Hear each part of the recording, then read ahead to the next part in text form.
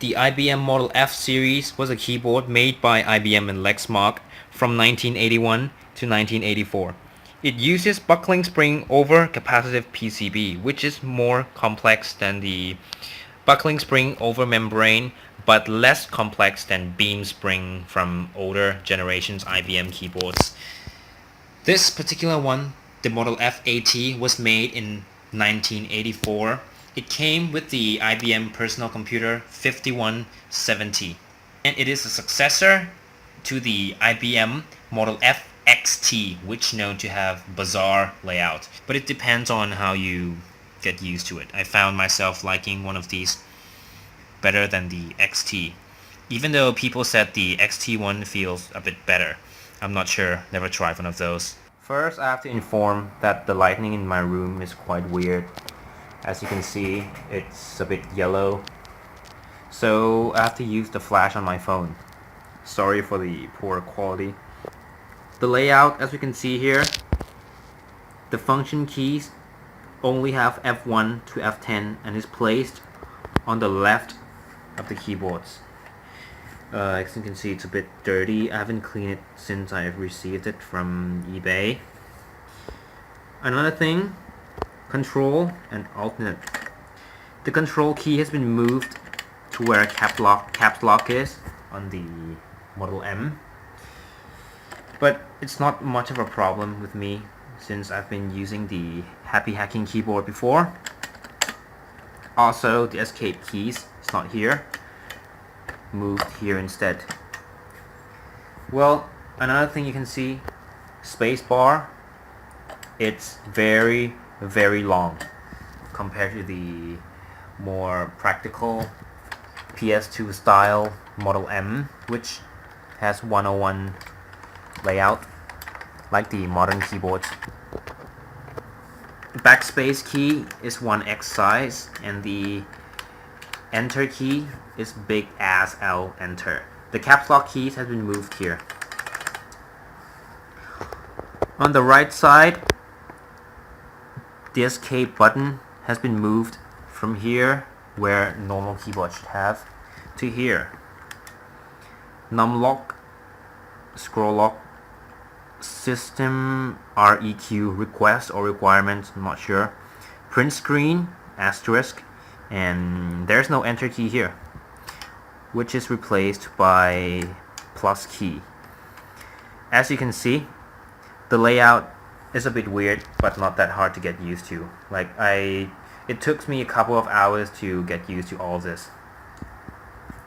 The IBM Model F AT is also the first keyboard that offer lock lights, but the num lock is in the middle, while normal keyboards it's this way: num lock, caps lock, and scroll lock. Caps lock, num lock, and scroll lock. In terms of build quality, this keyboard is very sturdy. It's built like a tank. Okay, this is 1984 IBM Model F, and this is 1995 IBM Model M. Maybe you can hear the difference. Okay, how about the modern keyboard? Happy Hacking.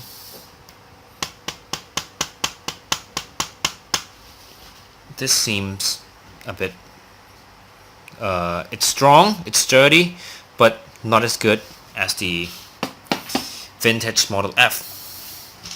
Also Philco, what I have here, the numpad,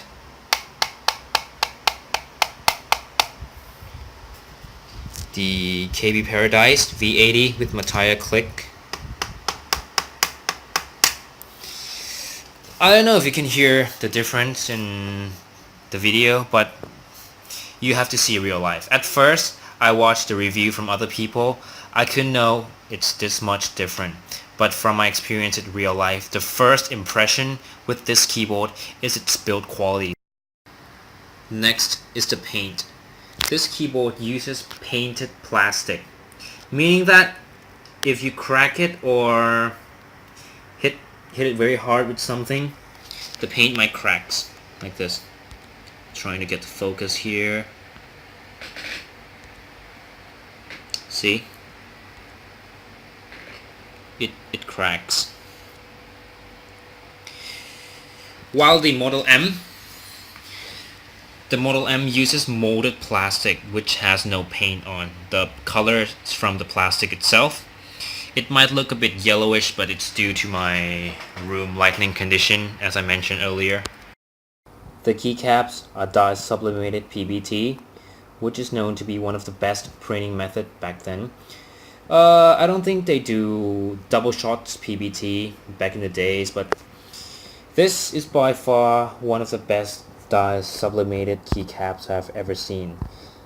It's not faded and doesn't yellow over time after 32 years of use.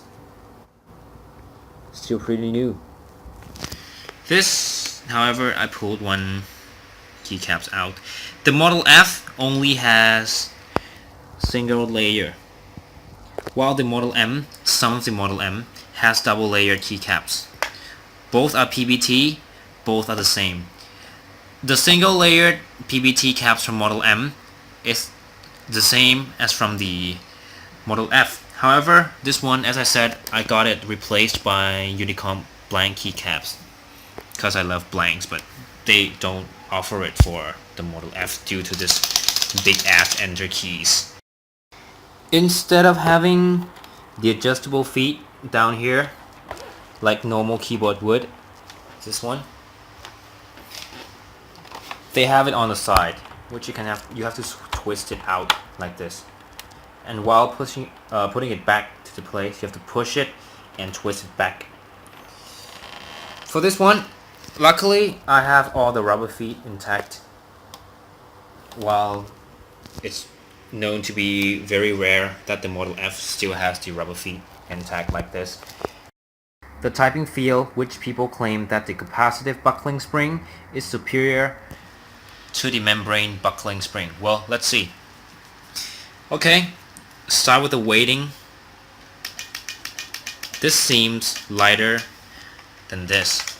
The IBM Model M buckling spring weighs around 70 grams to activate, and this one is around 50 to 60 grams to activation point. So your hand will be less tiring, less fatigue typing on these. And the sound, listen carefully.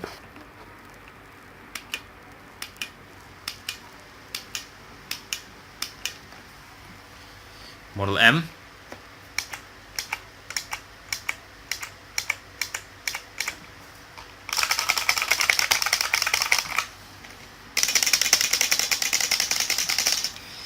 The Model F is slightly louder and more pingy. It sounds like more metallic. This one's more throaty. It depends on how you like it, but I can feel that the Model F is a whole lot smoother. It's as smooth as Topra, but with more tactile bump.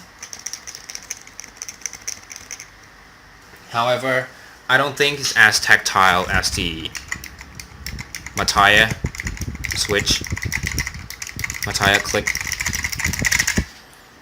Still, this is by far the best mechanical switch I've ever used up until today. Just one thing. It's not really practical unless you're used to it. The space bar. Okay, this one's normal weight. This one, it's super heavy. Like, you have to get used to it before you can type on it properly. The first few days I've always missed the spacebar, as it's really heavy. I've read on the website they said that the spacebar weighs around 130 to 140 grams, so yeah, I believe so. It's super heavy. I think it's a whole lot more heavy than the MX White I've tried before. Correct me if I'm wrong. Let's take a closer look at the switch. The capacitive buckling spring has a lifetime of around 100 million key presses, while cost-saving membrane buckling spring has a lifetime of only around 25 million, a quarter of this one. Another reason I've chosen the Model F AT is due to its connector. It uses 5-pin DIN connector, which shares the same protocol as modern-day PS2. So you'll need only a simple converter to get it up running. Unlike those XT model in which you will need an active converter or even the terminal converter for the terminal model. The IBM Model F AT came with thick coiled cable, which is very long as well. It's non-detachable though, unlike some of the Model M, which came with RJ45 detachable, and this one seems to have a better build quality, while my Model M is already rotten, so I need to replace it with some shitty cable from other keyboards, and I have to separate the ground wires here and yeah, stick it into my PC case or something.